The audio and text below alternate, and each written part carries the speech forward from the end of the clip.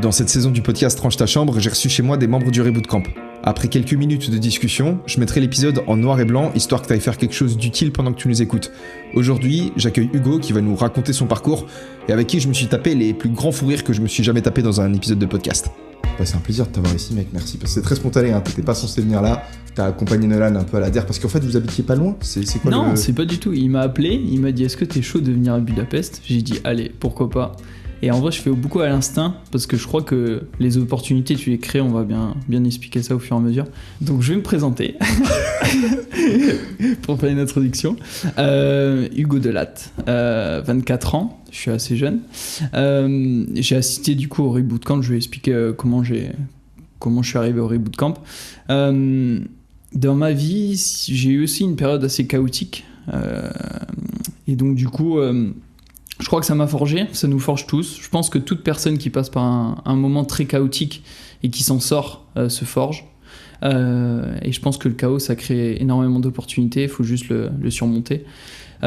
J'étais aussi en surpoids, j'ai eu une rephase et c'est à ce moment-là où en fait j'ai compris que si tu arrives à te transformer physiquement ou si tu arrives à faire une grosse transformation, que ça soit physique, tu peux surmonter pas mal de choses dans ta vie.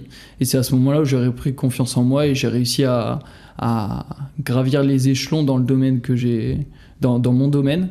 Et donc j'ai commencé par des études un petit peu mécaniques. J'ai eu l'opportunité de développer un projet de fin d'année. En fait, c'était en lien par rapport à ce que faisait ma mère. Et donc, en fait, on a créé une cible, un produit pour améliorer la rapidité de lecture et la concentration. Parce qu'elle fait quoi, ta mère, du coup ? Elle est orthoptiste. C'est pour les yeux. D'accord, ok. En et gros, orthopédiste, c'est quoi ? Orthopédie, je crois que c'est pour les pieds, mec. Ouais, ok, c'est ça. Et donc, du coup, orthoptiste, en fait, c'est une personne qui va checker ta vue et ensuite qui va t'orienter vers différents spécialistes. Ok. Et donc, elle avait l'idée d'un produit, mais elle s'était jamais lancée parce qu'elle avait eu des enfants. Comme je t'ai dit, il y a eu pas mal de problèmes dans ma famille. Elle a eu un cancer. Il s'est passé pas mal de choses perso que j'ai pas forcément dévoilées, mais il y a eu pas mal de choses. Et donc, du coup, elle était vraiment dans la...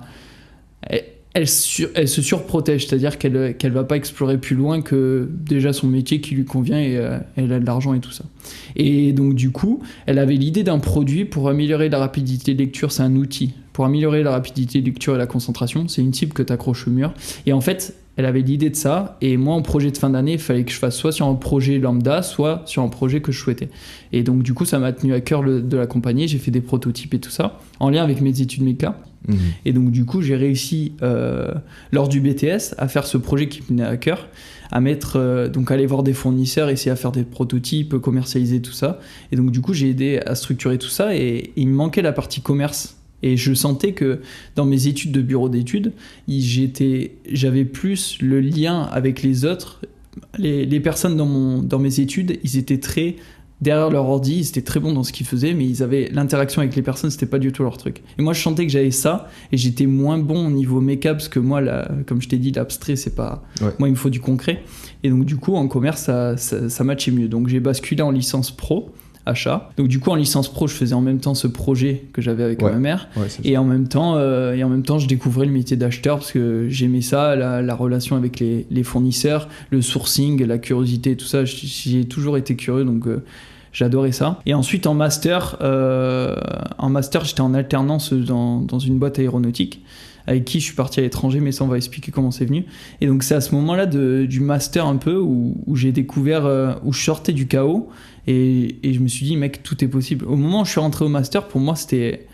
Enfin, j'ai eu un passé assez compliqué, donc je me suis dit mec, t'es arrivé en master, pour te dire, il y a le chef de l'établissement qui m'a appelé et qui m'a dit t'as postulé pour le master? Je dis oui. Il me dit ouais, t'es disponible à la rentrée? J'ai dit oui. Et là il raccroche, il dit ok. Et là il raccroche, j'ai pas dormi de la nuit, j'appelle ma mère, je lui dis putain, ça se trouve j'ai merdé dans ma présentation, Et au final après je l'appelle le lendemain première heure et il me dit mais en fait t'es pris. Et là mec, j'ai fondu en larmes alors que c'est juste un master. Ouais. Et pour moi c'était pas un accomplissement, mais je me suis dit c'est encore une preuve comme quoi j'arrive et avec ce type de master tu peux faire de grandes choses aussi. À la fin du master, ils m'ont proposé de rester.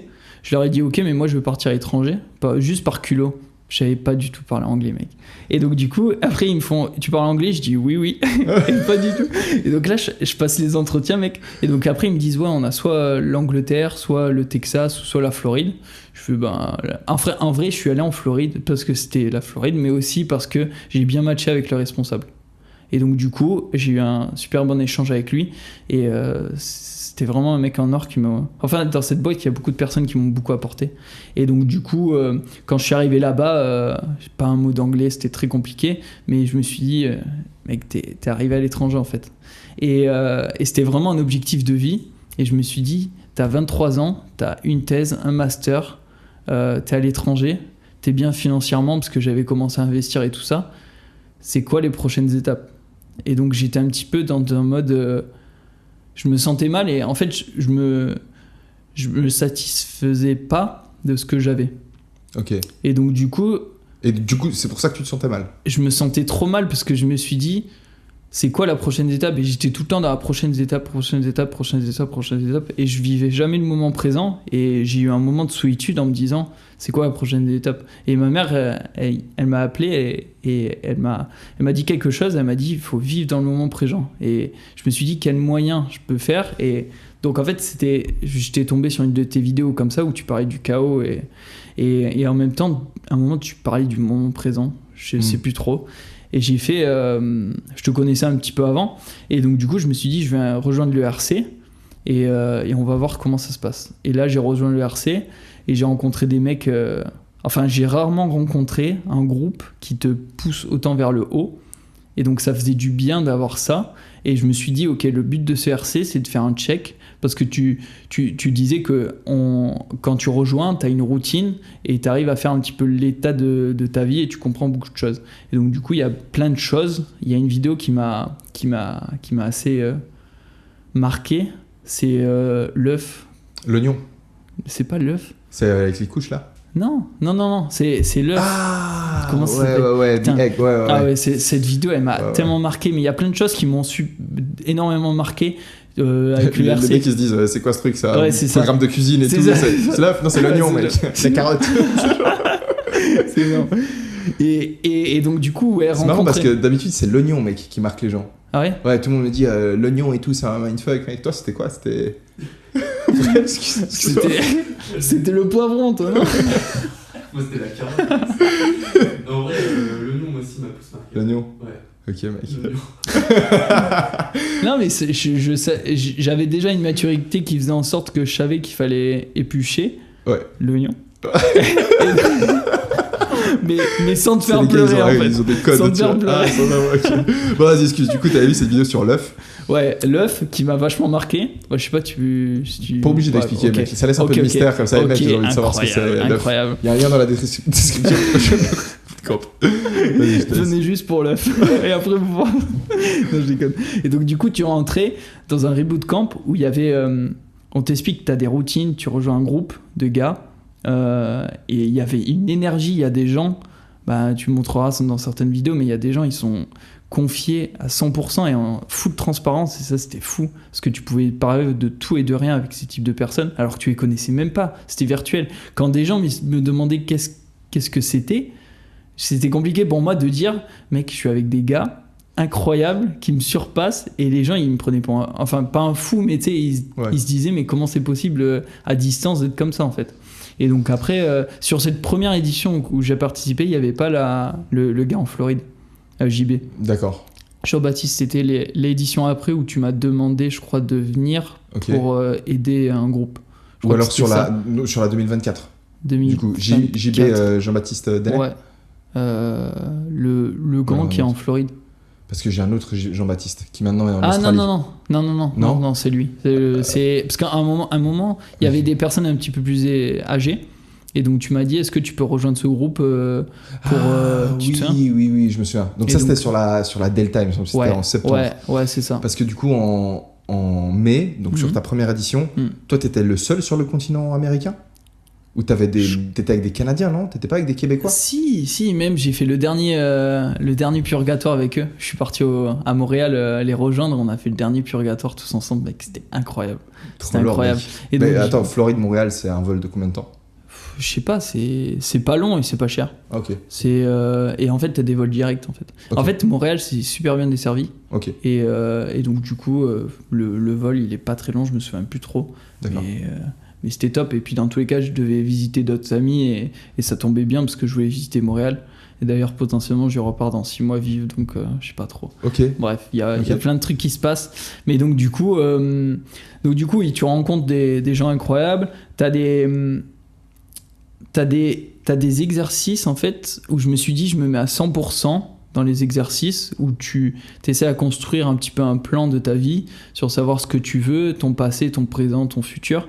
Et donc, du coup, ça m'a grave aidé pour vivre, pour me rendre compte du moment présent et ce que j'avais atteint à 23 ans, en fait. Ouais. Je me dis, il y a très peu de gens qui ont fait ça et je sais pas bon comparé aux autres, mais je me suis dit, c'est quand même pas mal. Ouais, gratitude, Et mec. c'est ça, gratitude, et c'est super important parce que en fait, quand tu viens du plus, enfin, je dis pas que je viens du plus bas, mais je venais d'une situation assez compliquée et donc du coup monter aussi vite, t'as pas de palier. À mon avis, c'est comme les gens qui gagnent le loto, comme ça, ils sont. Enfin, je parle pas niveau finance, mais parce que j'ai eu une ascension sur plusieurs trucs. Mais si tu gagnes au loto, je pense qu'il y en a plein qui pètent un plomb. Ouais, mais souvent, il pète un plomb. Parce que toutes les nouvelles opportunités et ta nouvelle vie, quelque part, c'est du chaos, tu vois. Tu sais pas exactement quoi faire de tout ça. Et pour te sentir bien après ça, il faut continuer à monter. En fait, moi, je me disais souvent ça. Je me disais, je préférerais, si je devais m'acheter une voiture, parce que là, pour l'instant, ça me sert à rien d'avoir une voiture, tu vois, je prends les transports en commun. Mais si je devais m'en acheter une, j'achèterais pas, dès le début, la caisse de mes rêves. J'achèterais une petite voiture, genre à 2000 balles, et 2 ans plus tard, j'achèterais une voiture à 4000, ensuite à 8000, histoire de vraiment vivre un peu, tu sais, le bonheur de, ok, je suis passé de 2000 à 4000, de 4000 à 8000. Si t'achètes une méga voiture dès le début, ensuite, qu'est-ce que tu fais ? Comment tu fais pour à nouveau avoir l'impression de t'élever ? T'es déjà en haut, en fait, donc tu peux que descendre. Enfin, quelque part, c'est beaucoup plus facile de descendre que de remonter. C'est ça. Et je pense que... Et t'as tout le temps cette peur de redescendre, en fait. C'est-à-dire que quand t'arrives à un seuil, tu te dis, c'est quoi la prochaine étape ? Sinon, j'ai peur de redescendre. Et si tu stagnes, tu redescends tout le temps. Ouais. Et à mon avis, et c'est autour des. Et au final, j'ai compris que je m'étais concentré sur ma vie professionnelle et que t'as différents piliers dans la vie, relationnel et tout ça. J'ai eu des moments très compliqués avec mon ancienne copine. On a échangé au téléphone là-dessus et il y a un exercice dans le Reboot Camp qui m'a super aidé, sauf que je l'ai fait à 100% et j'ai pris. Bref, je l'ai fait sans réfléchir à une partie, en fait. Et donc, du coup, il y a des choses où je me suis mis à 100% dans le Reboot Camp. Et donc, je me suis pas priorisé sur mes amis, je me suis pas priorisé sur ma famille. J'ai vraiment consacré ma vie sur la partie professionnelle. Et donc, ce Reboot Camp, en fait, ça m'a ouvert les yeux sur le monde, c'est-à-dire l'environnement qui m'entoure, que ça soit amical, amoureux, la famille et même juste le bien-être tous les jours. C'est-à-dire que se lever... moi, par exemple, la routine, je l'ai pas arrêtée. J'ai enlevé quelques trucs, mais je l'ai gardé parce que ça me permet d'avoir un cap et de me dire, ok, de me rassurer. Ouais, mais mec, j'ai tellement besoin de ça, moi aussi. Je vais te faire une petite confidence. Hier soir, comme je vous racontais à vous deux, je me suis couché très tard parce que avec le lancement du Reboot, j'ai beaucoup de trucs en tête, j'ai envie de faire les choses parfaitement parce que je sais que c'est important, tu vois, pour beaucoup de gens qui vont commencer cette année. Et j'avais du travail. Et en fait, au bout d'un moment, tu vois, c'est un peu, je vais pas dire en mode burn-out, tu vois, mais tu sais que t'as 1 million de trucs à faire, t'arrives sur la fin de ta journée, tu vois que t'as pas réussi à faire tout ce que tu voulais faire. Et quand ça fait 4-5 jours, une semaine que c'est ça, au bout d'un moment, tu commences à être un peu nerveux. Et hier soir, on a commencé à faire du rangement avec ma meuf parce que l'appart était un petit peu en bordel.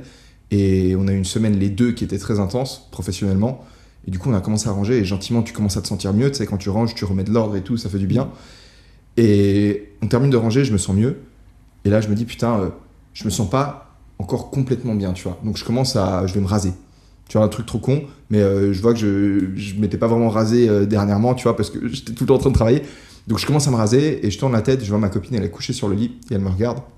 J'éteins la tondeuse et elle me dit... viens me rejoindre, tu vois. Et du coup, je fais ok, je termine et j'arrive. Et alors, je termine, je me couche avec elle. Et ça faisait, je pense, 1 semaine qu'on n'avait pas vraiment profité vraiment juste du moment ensemble. Et en fait, elle m'a attiré là-dedans. Et j'ai pris conscience, juste, on a fait un câlin. Tu vois, elle s'est posée juste ici. Et elle mettait des musiques. Elle avait son téléphone, elle avait une playlist, et elle me faisait écouter, elle me disait, ok, maintenant on va faire un câlin sur cette musique. Tu sais, elle mettait comme ça. Ouais, quoi.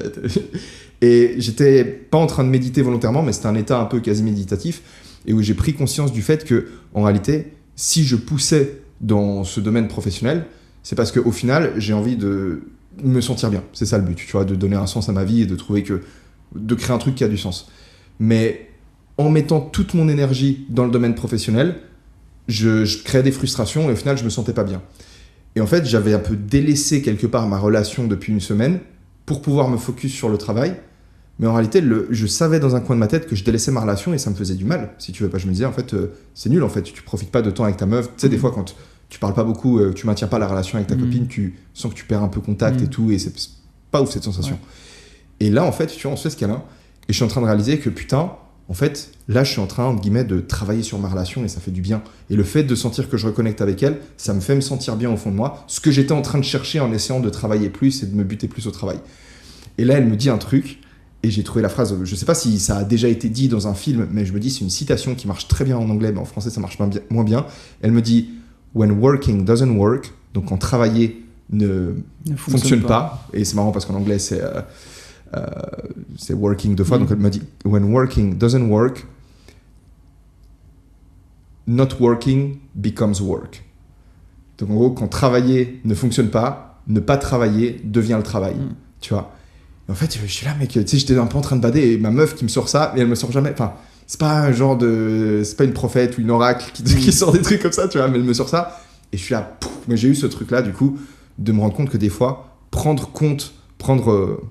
réaliser en fait que ta vie, elle est composée de plein de domaines différents et que t'obstiner sur un truc, c'est pas forcément la meilleure solution parce qu'en fait, t'as besoin d'un équilibre, tu vois, toujours. Je te laisse partir là-dessus, mais c'était très frais en moi et j'avais envie de le partager maintenant. C'est ça, quand tu te consacres sur un seul pilier à fond, je pense que c'est bien sur du court terme, mais il faut pas délaisser les autres piliers parce que tout s'écroule sinon. Et du coup, j'avais délaissé pas mal de choses et je me suis vraiment rendu compte de ça. Il y a beaucoup de gens qui avaient délaissé un petit peu la partie pro dans le Reboot Camp et du coup qui sont focalisés sur ça, donc ça leur a fait du bien. Mais moi, c'était plus leur vie perso et la vie d'être dans l'instant présent et tout ça. Et là, je reviens de 30 jours de marche, j'ai fait 800 km et j'ai eu des moments de plénitude. J'avais beaucoup de questions parce qu'il s'est passé des choses entre-temps après le Reboot Camp et tout ça. En gros, pour expliquer simplement, après le Reboot Camp, j'étais dans une mentalité où j'étais qu'avec des gens qui voulaient exceller. Et donc, du coup, dès que je suis sorti, moi, de cet univers-là, et ben, pour moi, tout le monde voulait exceller. Et donc, en fait, je suis arrivé dans le vrai monde où il y a des gens, en fait, qui ont soit peur, soit qui sont bien dans le confort et qui veulent pas changer. Donc, du coup, chaque fois, je voulais aider les gens à exceller partout. Et au final, ça s'est retourné un petit peu contre moi parce que même dans mon job, j'étais dans une très grosse boîte, donc du coup, qui roulait un paquebot, quoi. Et donc, du coup, si t'essayes à trop vite de faire des changements, tu te fais vite des ennemis parce qu'il y en a, ils sont juste là pour le confort et ils consacrent pas forcément leur vie sur au travail. Et donc, du coup, après, je suis revenu dans un mode où je me suis reconsacré sur full travail parce que je m'étais consacré sur autre chose. Et au final, le contrat s'est arrêté pour des raisons personnelles avec les personnes de l'entreprise. Et j'ai senti un vide et je me suis dit ok, bon, c'est bien de se consacrer sur la vie pro, mais en même temps, faut pas oublier les différents piliers. Et donc, en fait, quand je suis parti aller marcher pour faire un petit check et pour faire mon Reboot Camp personnel, mon check-in, j'ai eu plein de questions où j'ai eu des moments où j'étais en angoisse parce que j'avais des questions que je rejetais. Tu sais, c'est comme ce que tu disais quand tu reçois par exemple un avis d'impôt, que tu t'ouvres pas la lettre, ça cumule. D'ailleurs, j'ai un truc avec la CAF actuellement. Et donc du coup, j'avais des questions et pour moi, j'ai deux moyens de sortir ça, soit en faisant du sport, soit en me défoulant d'une autre manière. Et donc du coup, là, j'étais obligé de me focaliser sur ça. J'avais aucun moyen de faire du sport. J'avais aucun moyen de me distraire. Enfin, parce que le téléphone, je coupais souvent. Explique un petit peu mieux dans quel contexte t'es parti marcher. Genre, t'es parti de où jusqu'à où? Alors, je suis parti de la frontière française, Saint-Jean-Pied-de-Port, à le bout de la terre, on appelle ça, le Finistère. Donc en fait, c'est tu traces la courbe de l'Espagne. En fait, tu longes pas le haut, mais un petit peu le désert. Tu passes par Burgos, Léon, Et ensuite, après, tu vas jusqu'à Saint-Jacques. Et en fait, tu as différentes étapes. Tu as des étapes dans la montagne, tu as des étapes dans la forêt, tu as des étapes dans le désert. Il y a 300 km où tu es full dans le désert, il n'y a personne, tu es au bord de la route. Enfin, tu vois. Donc, ça te reconcentre sur toi-même et ça reconcentre sur l'essentiel.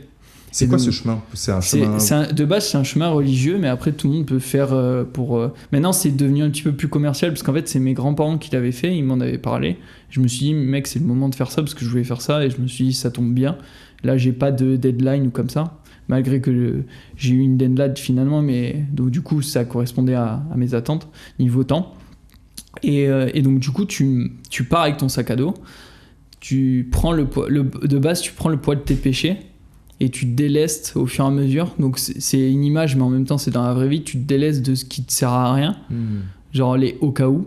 Okay. Et donc en fait après tu marches, tout le monde est dans sa peine, et ça m'a vraiment marqué. La vie, en fait, tout le monde a ses avantages et ses inconvénients, tout le monde a ses forces et ses faiblesses. C'est-à-dire que il y a plein de personnes, ils mettaient exactement les mêmes produits que moi pour les pieds par exemple, tu vois. Moi j'avais 0 ampoule, il y en a, c'était horrible, genre les mecs ils arrivaient quasiment plus à marcher au bout de 10 jours. Et au final, c'est tout le monde doit faire avec leurs forces, tout le monde doit faire avec leurs faiblesses. Et donc au final, personne peut se plaindre parce que t'es juste toi-même. C'est-à-dire que si t'arrêtes c'est à peu près comme dans la vie, si tu t'arrêtes, il y a quand même des gens qui avancent. Donc c'est à toi de gérer. Si tu te dis ok, et écouter ton corps. Et au final, parce que tu fais presque 30 km par jour. J'ai fait 1 500 000 pas en 30 jours en fait. Et donc du coup, mec, c'est là le podcast 10 000 pas, ça fait 100 épisodes de 10 000 pas. 100 épisodes de 10 000 pas. Je veux dire et surtout, j'avais pas pris d'écouteurs parce que moi, la musique, ça me tourne. Ça contrôle mes émotions d'une violence. T'as bien fait, c'est fou. T'as bien fait parce que ça dirige aussi ton attention vers les paroles, et du coup, t'as pas le dialogue interne qui vient. Et quand t'es mal, t'écoutes tout. Je sais pas toi, mais quand je suis heureux, j'écoute de la musique de fou. Et quand je suis mal, j'écoute de la musique triste. Et donc, du coup, ça m'enfonce. Ma copine fait ça aussi, je comprends pas les gens qui font ça. C'est horrible, du coup, ça m'enfonce. Ouais, ça justement, m'enfonce. c'est pas logique. Horrible, oui, je sais pas. Mais après, peut-être, elle, ce qu'elle me dit, c'est que c'est une manière pour elle de vivre l'émotion, et ensuite, ça la permet de ensuite aller mieux, tu vois, parce que ça t'encourage vraiment Tu sais, c'est comme si... j'allais sortir vraiment un exemple de merde, mais comme si t'as vraiment besoin de te branler, autant vraiment, genre... y aller, quoi. Trouver une bête de meuf, tu vois, et vraiment faire le truc à 100%. Après, l'émotion, elle est plus là, et tu te sens clair dans ta tête, tu vois. C'est peut-être... c'est pas le meilleur. C'était le meilleur exemple, arrête. Je veux cet extrait au podcast. Putain, j'avais un exemple là, tu vois. Ça doit stabiliser, mec. Ouais, mais bref, et donc du coup, et moi en fait, le seul moyen que je relâche cette pression, c'est en faisant du sport. C'est en soulevant des poids, pas des meufs. Et donc du coup, et donc du coup, le seul moyen que je trouvais des réponses, c'était le seul moyen que j'arrivais à me concentrer sur moi-même et trouver des réponses à mes questions. Et ben au final, chaque fois tu te délaisses et ton cerveau il se dit ok, je me concentre pas sur ça, et au final quand tu réponds à ces questions, t'as un moment où tu dois le sortir. Excuse-moi, mec.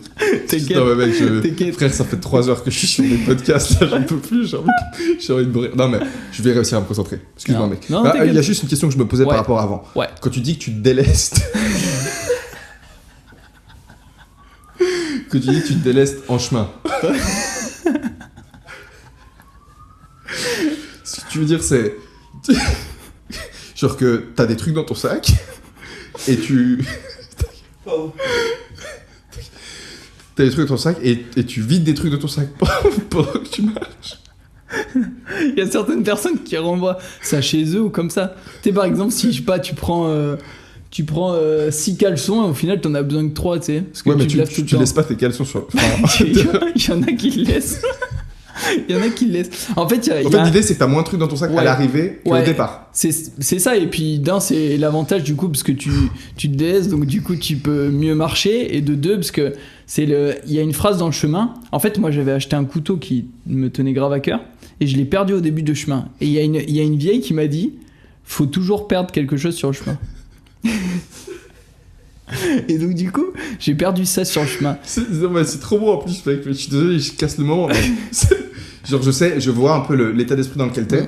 Quand tu fais 30 km par jour, t'es tout seul, t'as pas de musique, donc t'es en train En fait, t'es réceptif à une nouvelle idée. Ouais. Et t'as une petite vieille qui te dit ça, mec, c'est l'oracle, mec. Ouais. Mais le problème de ça, c'est que du coup, tu marches, tu réponds à des questions qui sont difficiles, et au final, t'as plein d'idées qui viennent, et t'essaies à répondre à toutes ces idées. Et quand t'arrives pas à trouver la réponse, ou que la réponse est trop dure, mais tu veux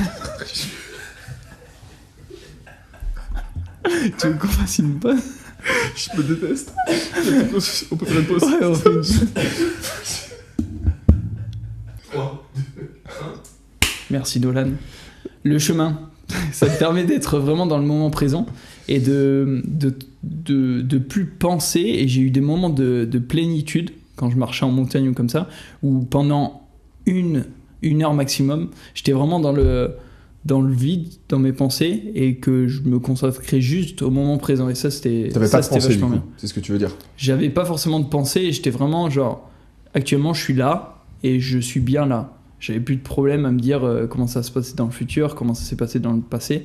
Et au contraire, j'ai des moments où il y a des moments marquants qui remontent à la surface, et tu te dis pourquoi j'ai pas fonctionné comme ça au moment où ça s'est passé. Et au final, tu restes bloqué. Et j'ai eu pas mal d'insomnie, pas mal de choses où je trouvais pas forcément de réponse. Et ça, à mon avis, si ça bloque trop longtemps, même après un mois de marche, je pense que tu dois aller voir quelqu'un ou tu dois échanger avec quelqu'un. Ouais, c'est vrai qu'en tant que mec, c'est souvent compliqué parce qu'au final, on sait pas trop à qui se confier. Même nos potes, tu vois, tu peux parler avec les gens, mais en tant que mec, t'as toujours ce blocage. Tu te dis, je peux pas forcément me confier parce que les personnes vont se sentir inférieures. Et ça, c'est bien parce que du coup, au Rebootcamp, tu peux vraiment dire tout ce que t'as sur le cœur et personne va te juger. Et on est tous dans la même merde, donc ça, c'est super cool.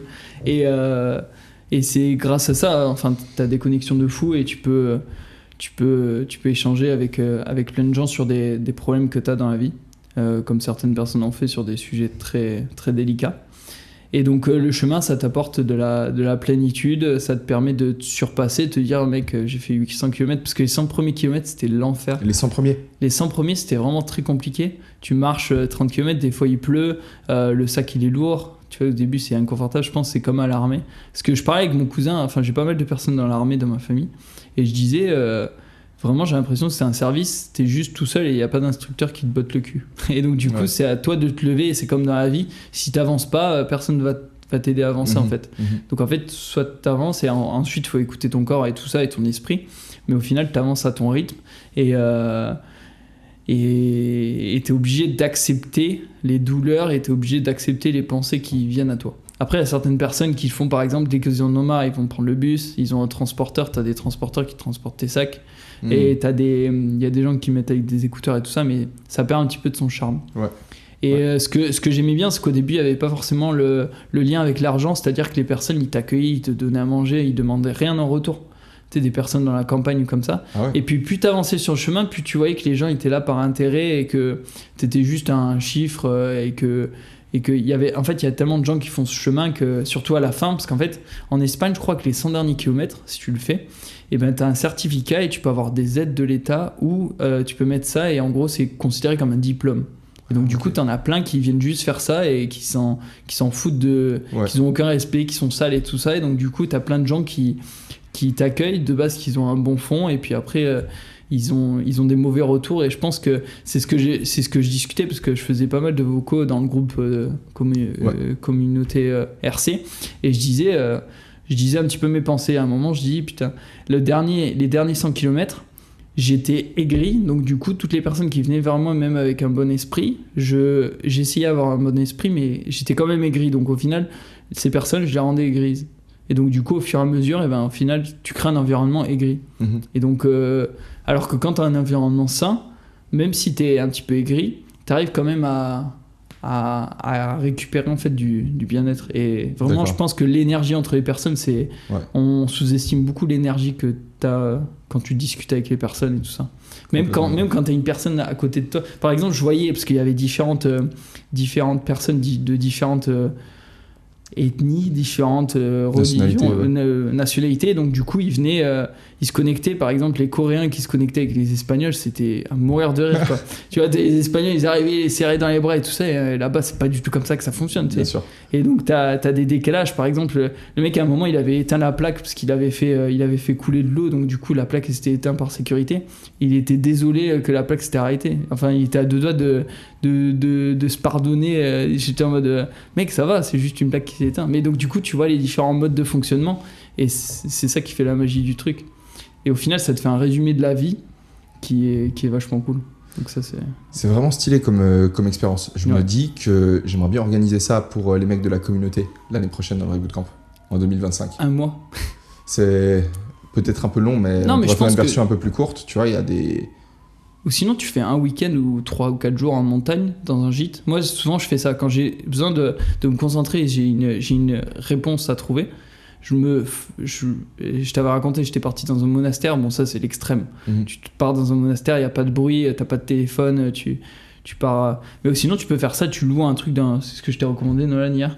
Tu loues un gîte en montagne, et mec, t'as aucune co, et pendant 3-4 jours, t'es seul avec toi, tu pars marcher en montagne, Mhm. et tu te reconnectes grave. Et je pense avec des personnes, c'est encore mieux, parce que du coup, tu peux grave échanger et grave créer de liens. Mhm. Parce que le truc que tu voulais faire à Barcelone... Ouais. je Non, ça pense- c'est plus... Ouais, pour tu vois, fêter un peu la fête, fin, fête, exact, fête. c'est plus... Ça, c'est... Mais on veut faire des événements... Moi, l'idée des événements que j'avais, c'était je voulais bien faire une retraite en Thaïlande, en Mhm. mode... moi, j'y vais pendant un mois, et ensuite vous venez pendant une semaine, 2 semaines, Mhm. 3 semaines, ou même un mois si vous voulez. Et moi, je m'occupe de faire une pré-réservation du truc pour qu'il y ait assez de place, pour faire de la boxe thaï tous les jours. Autre idée d'événement, c'est de louer genre un Airbnb avec genre 6 chambres ou 6 lits dans un dortoir dans une ville, genre ça peut être Budapest, ça peut être n'importe quelle ville d'Europe, et on se retrouve pendant une semaine pour tous travailler, tu sais, juste faire pendant une semaine tu te retrouves avec d'autres entrepreneurs et puis on avance sur nos projets, ou même des mecs qui ont un job mais qui travaillent en remote. L'autre truc, c'était évidemment la rencontre à Barcelone où c'est plus festif, et je me dis qu'on pourrait faire un truc qui est plus une marche. Tu vois, la marche, je pense, ça fait il y a un côté... Ouais, c'est différent, tu vois. Et je pense que ça peut être une expérience aussi qui peut être intéressante. On va en parler en tout cas avec Valentin, mais tu me donnes une très bonne idée, mec. Je peux te relancer sur un autre sujet qu'on Vas-y. avait un peu abordé avant. Vas-y. Parce que, Hugo, régulièrement, tu sors du lot de par un style très travaillé, tu t'habilles très bien. Et ce que tu m'as dit, du coup, tu peux raconter une histoire parce que dans le Reboot Camp, on a un module sur l'apparence dans lequel on expliquait que bien s'habiller, c'est pas forcément s'habiller classe, c'est savoir s'habiller en fonction de la situation. Être un caméléon. Être une espèce de caméléon. Et donc, est-ce que tu peux nous raconter l'histoire, la petite aventure que tu as avec... Alors, je sais pas, en fait, c'est surtout la manière dont tu l'as dit, tu vois, qui était drôle. Ouais. Mais, je vais essayer à mettre la forme parce que ça peut être souvent mal pris. En fait, il y a eu parce que je parlais de 2 anecdotes là pendant qu'on était en train de manger. Il y a une anecdote à l'aéroport où j'avais un sac trop grand. Tu sais, pour rentrer, de base, je dois payer. Et là, j'étais bien sapé. Je pense que ça jouait à mon attitude de parler, d'échanger, le sourire que j'avais et les habits. Ça a peut-être aidé à ce qu'ils me fassent pas payer. C'est pas, je pense pas que ça soit 100% ça, mais en tout cas, ça aide lors des interactions. Et au contraire, j'ai une autre anecdote où, quand j'étais sur le chemin, du coup, j'ai habillé en pèlerin, j'avais pas la barbe rasée, j'avais les cheveux en pétard, truc machin, et j'avais des vêtements, je sortais d'une pluie, bref, je ressemblais à rien. Et donc, du coup, je marchais, et là, je rencontre 3 gars. Et en fait, c'était des mecs qui faisaient le tour, c'était des SDF qui faisaient le tour de l'Espagne et tout ça, et ils faisaient du Portugal et tout ça. Et on s'arrête, on commence à parler anglais et tout ça parce qu'ils savaient pas parler. Et donc, à un moment, je fais, mais vous êtes français? Et là, du coup, il y a l'interaction, et je pense que, tu vois, l'environnement et la façon dont j'étais physiquement et même dans le moment présent, ça a grave aidé parce que, à mon avis, en costard, ils m'auraient pas adressé la parole, tu vois. Ouais. Et même. Non, je sais pas si moi je m'en fous, mais tu vois, ça crée. Ça crée une distance. Ça crée une distance. Ouais. J'ai mieux formulé, hein, parce que Tu l'as très bien fait, mec. j'ai T'as été réussi à- trash. J'ai été trash aujourd'hui. T'as slidé sur la ligne du politiquement correct comme ça, c'était magistral, mec. Incroyable. Félicitations. Et donc, du coup, ça m'aide beaucoup de bien m'habiller. Au contraire, ça cause des problèmes certaines fois quand je vais. Moi, c'est ce qui me gêne en France, parce que du coup, j'ai envie de plaire. J'ai pas envie de plaire à tout le monde, mais j'ai envie que. Tu vois, d'être juste bien avec tout le monde, comme tout le monde en fait. Mais en fait, si tu t'habilles mal, ou si t'as un comportement mal, tu vas être casé dans un groupe. Et moi, j'aime pas forcément être casé dans un groupe. Et donc, du coup, quand je m'habille bien, parce que moi, j'aime bien être être bien habillé et bien porté, parce que quand je traînais, par exemple, si je mets une chemise et que je vais te voir, et là, lorsque j'ai un podcast, là, j'hésitais à mettre la cravate, parce que je porte beaucoup de cravates, moi j'adore porter la cravate, mais je me suis dit, ça fait trop sérieux, tu vois. Et donc après, je me suis dit, quand même, par respect, quand je traîne avec des personnes, par respect, si je m'habille bien, je respecte l'autre. Et c'est pour ça que j'ai eu pas mal de notes au boulot, parce que de plus en plus, il y a plein de patrons qui mettent juste t-shirt et t-shirt basket. Et moi, je suis pas d'avis à mettre ça au boulot, parce que moi, je trouve que ça doit rester assez pro. On est en contact avec des fournisseurs, avec des clients. Et donc, du coup, pour moi... Et donc, moi, j'arrive tout le temps en costard au boulot. Et il y en a plein, ils me faisaient des réflexions, truc, machin, parce que je venais en costard. Et donc, du coup, ça crée une distance avec ces personnes. Mais moi, ils comprennent pas que je fais ça parce que je les respecte et j'ai envie de... Enfin... Ouais, je comprends.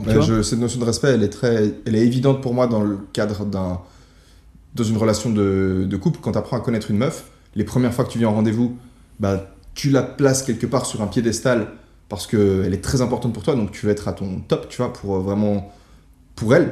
Et donc tu vas vraiment bien t'habiller. Et au fil de la relation, tu mets moins d'efforts. Et quelque part, est-ce que ce serait pas parce que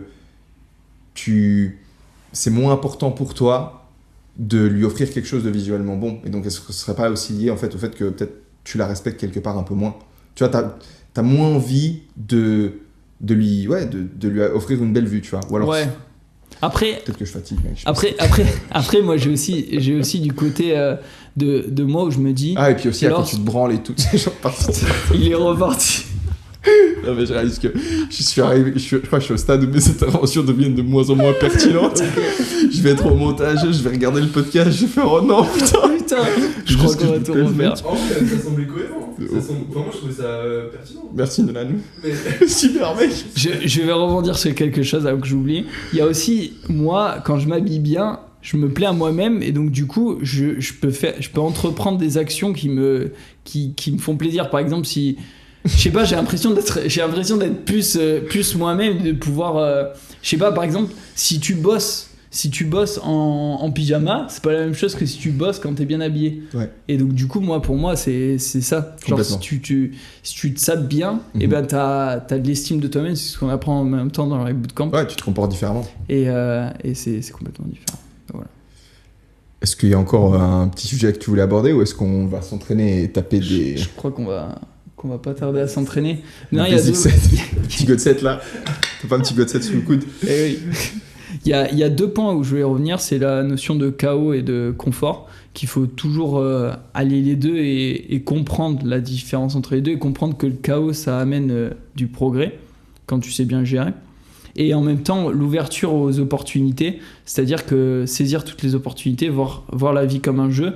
Et c'est bête, mais par exemple, là, le podcast qu'on est en train d'enregistrer, parce qu'il y a eu des opportunités, des ouvertures qu'on a vues et des échanges qu'on a eus, que ce soit sur la partie finance ou comme ça, et au final, ça a mené à ça. Et au final... je suis pas revenu dessus, mais c'est vrai, hein, si tu veux, on peut parler de ça. Du fait, t'as accompagné quand même pas mal de membres au niveau de l'éducation financière, vu que toi, t'as certaines connaissances dans le milieu. On a beaucoup échangé, toi et moi.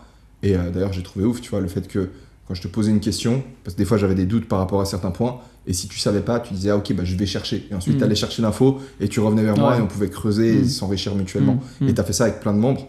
Et donc, mec, j'en profite pour te remercier en live encore une fois. Merci. Mais à nouveau, je pense que ça marque très bien ton point. Hein. T'as saisi des opportunités. T'as vu, ok, il y a l'opportunité d'aller aider ces mecs. Et je pense que ça t'a permis de connecter avec plein de membres, du coup. Mais moi, ce que j'aime pas le retour sur ça, c'est que certaines personnes, ils croient que je me concentre que ça par intérêt. Donc, il y a beaucoup de personnes qui ont l'impression que je fais des choses par intérêt, alors que c'est juste que j'ai juste envie de rendre ce monde meilleur. Et donc, du coup, en aidant et en me construisant moi-même, tu construis en même temps un bon entourage. C'est ça, c'est juste après, par exemple, les élections comme ça, je me suis vite rendu compte que au final, c'est que à ton niveau que tu fais les choses et c'est pas en allant voter ou comme ça. Bon, après, c'est un autre sujet, mais c'est en te construisant toi-même que tu arrives à faire progresser le monde. Ouais. Donc, non, je suis 100% d'accord avec ça. Et je pense que pour le fait que, tu sais, c'est marrant que tu dises que certaines personnes pensaient que tu venais par intérêt. Parce que j'ai invité Anthony, du coup, il y a 3 jours. Il était ici, dimanche passé, il y a 4 jours. Et il m'a raconté que Tom, du coup, qui est aussi conseiller en gestion de patrimoine, qui l'a contacté pendant le reboot pour l'aider parce que ça faisait partie du deal, tu vois, avec Tom. Je lui ai dit, bah, tu peux offrir 1 heure de coaching aux différents mecs. Au moment où Anthony a vu Tom dans ses DM sur le reboot camp, qui lui dit salut mec, donc je suis conseiller en gestion de patrimoine et tout, on peut se faire un appel, je peux essayer de comprendre un peu mieux ta situation pour te donner 2-3 pistes pour atteindre tes objectifs financiers. En gros, un truc dans le genre. Bah, Anthony, il a vu ça, il a dit c'est qui ce connard qui veut m'escroquer, qui veut me vendre un truc, tu vois. Il a fait, c'était un scammer. Ouais. Et il l'avait un peu envoyé chier. Enfin, c'est comme ça qu'il me l'a dit. Après, moi, j'ai pas vu les messages, je sais pas. Mais ils se sont revus à Barcelone. Et du coup, Anthony a vu qui était Tom. Toi, t'as pas connu Tom, du coup. Si, Tom Sabouret. Ouais. Mais tu l'as vu en vrai? Non, je l'ai pas vu en vrai. Parce que faut. Mec, c'est un phénomène. Hein. C'est un phénomène. Faut que tu le vois. C'est un mec en or. Ouais, c'est un mec en méga or. Ouais. Et tellement bonne vibes, tellement souriant, tellement intelligent, tellement drôle. Enfin, arrête de le il va écouter ce podcast. Tom, Putain, Tom. Et en vrai, Anthony, du coup, a rencontré Tom à Barcelone. Ouais. Et il est allé s'excuser, tu vois. Il est venu lui dire mec, je suis désolé, je peux pas. Mais c'est vrai qu'on a cet a priori, dès qu'on parle d'argent, qu'on est là par. Moi, les gens m'ont demandé Elio, c'est quoi l'intérêt que tu as eu de faire cette vidéo sur l'argent, tu sais, que j'ai posté sur ma chaîne principale. Et en vrai, l'intérêt, il est à 100% que. Moi, c'est un truc qui m'a choqué quand je l'ai appris. Le fait que quand on n'est pas éduqué financièrement, on se fait littéralement voler. Et par pur.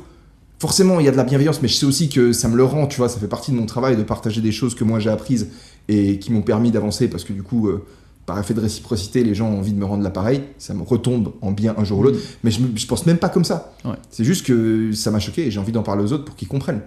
Comme, si je vous ai parlé de Bitcoin pendant tout le Reboot Camp 2024, c'est parce que, et même pendant les éditions, même sur la Gamma, je vous parlais de Bitcoin, c'est parce que j'ai compris un truc, j'ai pu me permettre de passer autant de temps dessus, et j'ai envie que les gens ouvrent les yeux sur ce qui est en train de se passer.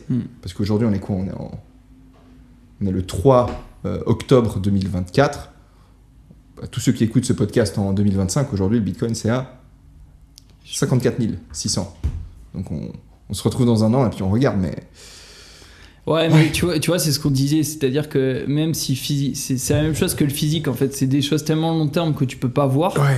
Et donc, du coup, les gens, s'ils sont pas fans à ça ou dans un mood différent, s'ils sont pas compris, ils vont jamais s'intéresser. Juste ayez les yeux ouverts et saisissez les opportunités. Merci du coup Hugo. Est-ce que tu veux faire des dédicaces ou... Tu sais, genre le mec qui se passe sur énergie maintenant. Si, dédicace. Merci d'être venu mec. Vraiment, merci. C'était inattendu mais content qu'on ait saisi l'opportunité du coup. Putain d'entraînement. Yes. Comme d'hab, vous avez le lien pour vous inscrire pour le Reboot Camp 2025 dans la description de cet épisode. N'oubliez pas de nous lancer un petit commentaire, je pense que ça fera plaisir à Hugo de les lire et à moi aussi d'ailleurs. Et désolé pour le manque de sérieux, mais on n'a pas pu mec, Nolan il rigolait et tout. Et même on a 3 heures qu'on enregistre là. On a coupé la caméra, on rigolait, moi j'étais plié, ensuite j'étais au sol mec, c'était cool. C'est énorme. Merci beaucoup.